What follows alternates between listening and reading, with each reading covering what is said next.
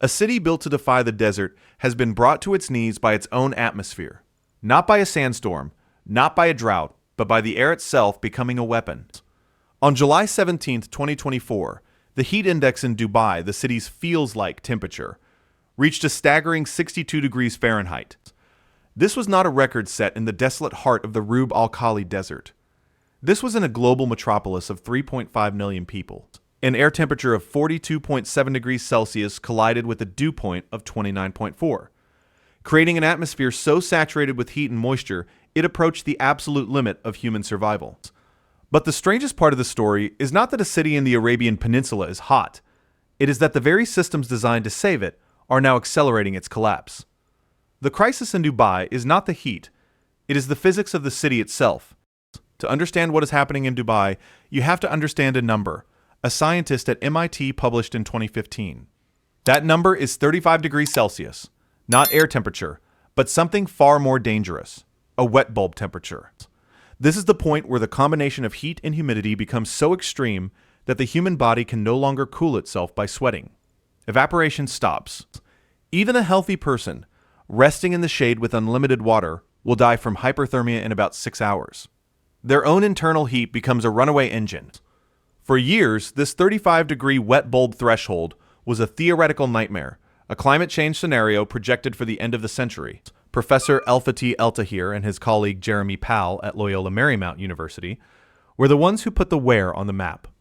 Their landmark study in nature climate change identified the Persian Gulf as the global hotspot, the one place on Earth where this deadly threshold was most likely to be crossed first.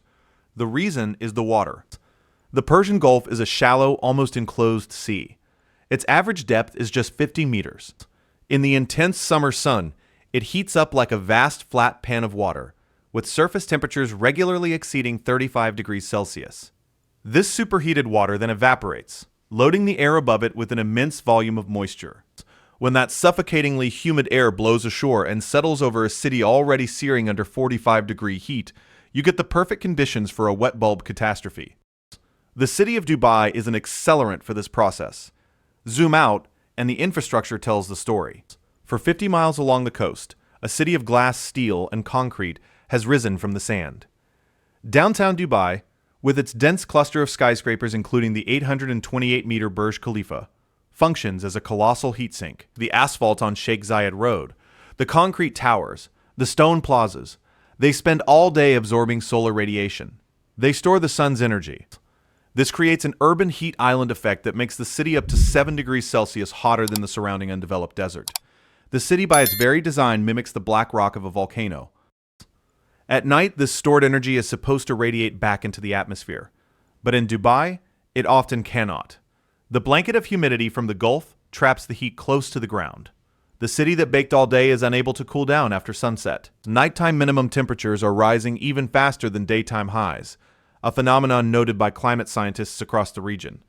This is the detail the headlines about daytime records do not capture. When the nights no longer offer relief, when they remain above 30 degrees Celsius, the human body is denied its critical window for recovery. It is a siege, a 24-hour cycle of heat stress, from which there is no escape.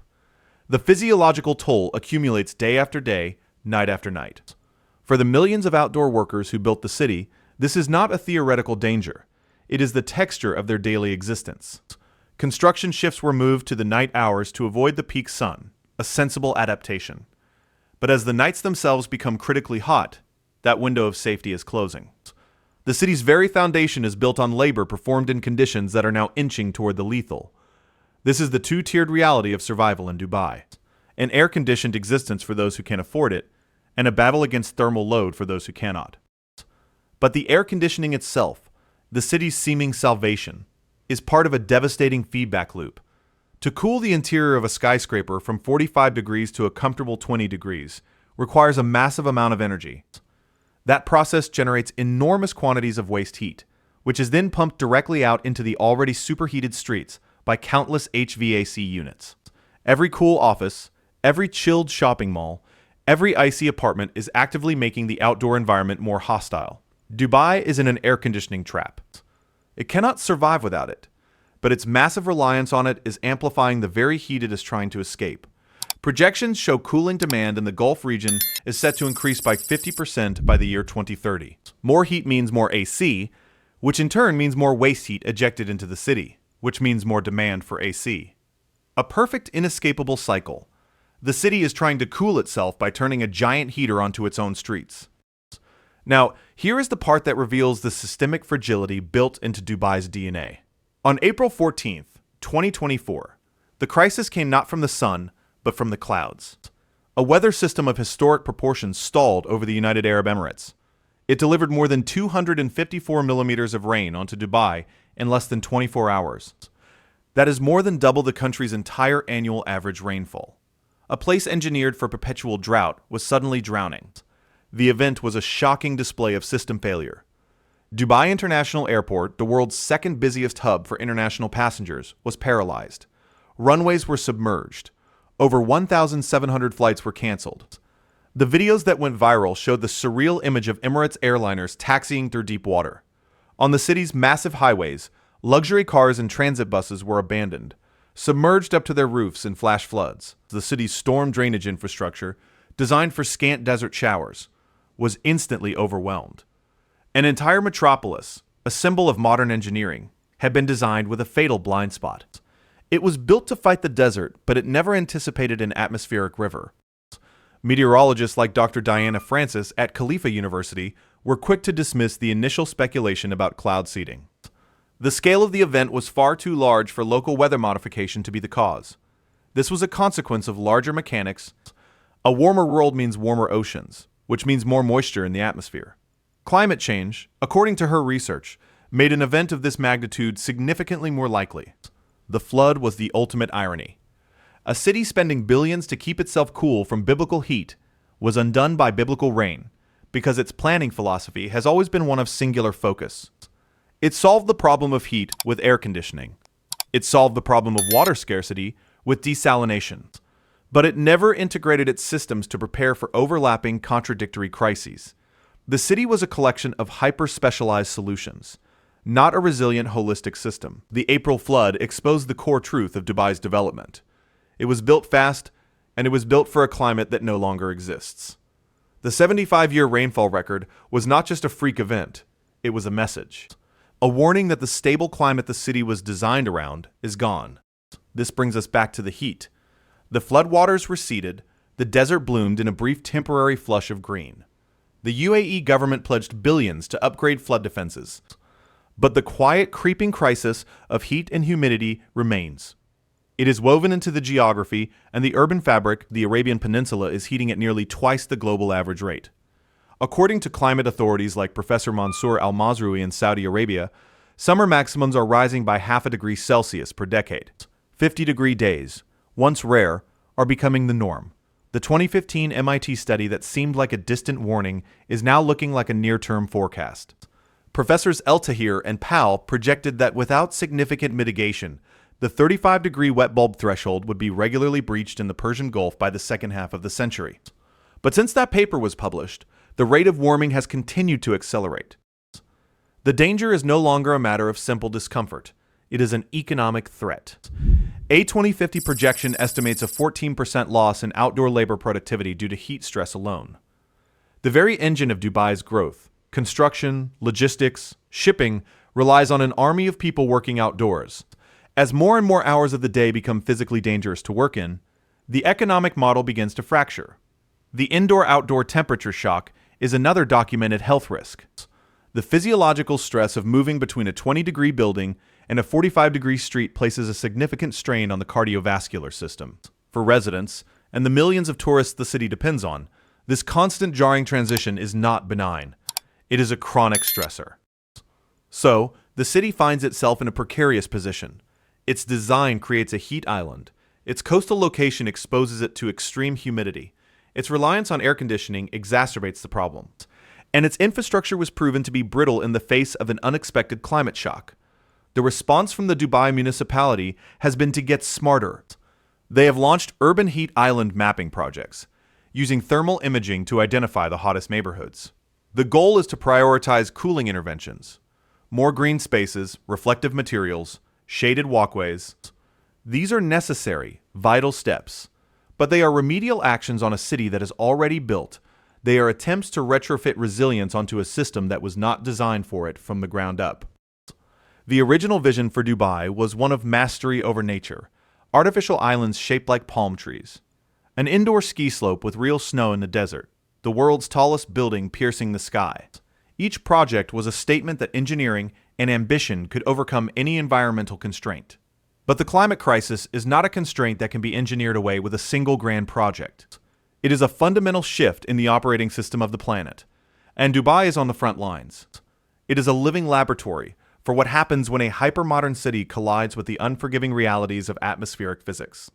The promise of Dubai was an air-conditioned paradise. The emerging reality is a thermal battleground. What the April 2024 flood revealed so starkly was vulnerability.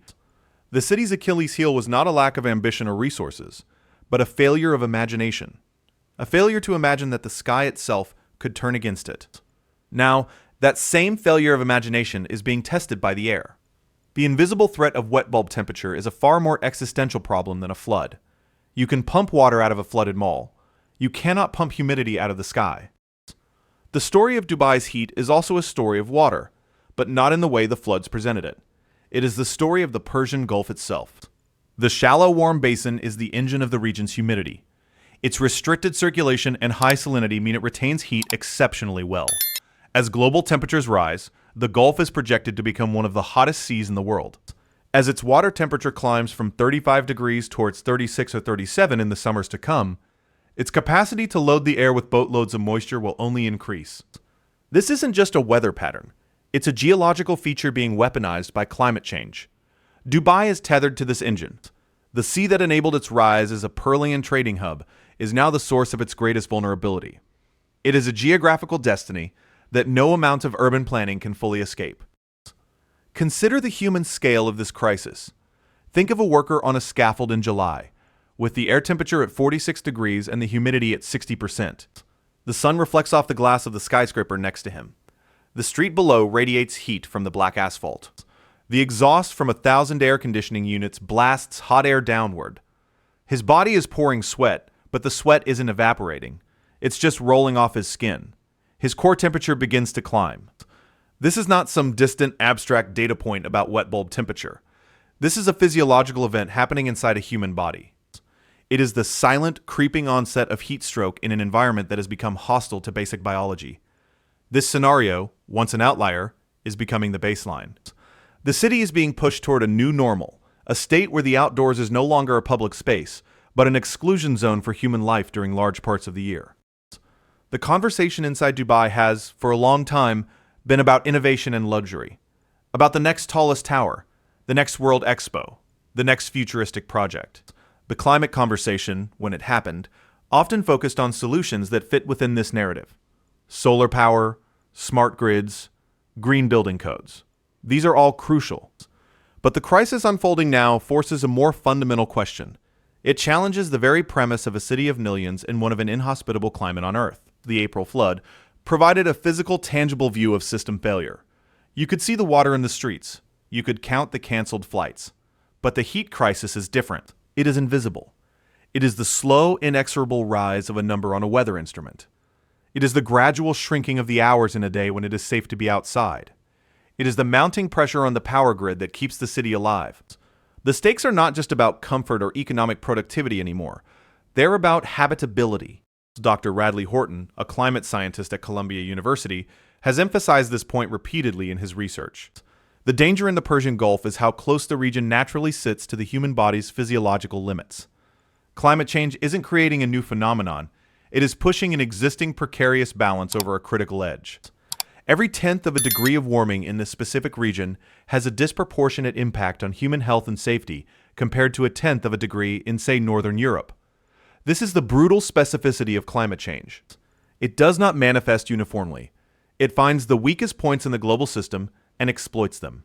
And the combination of geography, geology, and urban design has made Dubai one of those points. The city's transformation from a small port of 20,000 people in the 1950s to the sprawling metropolis of today was a miracle of modern development.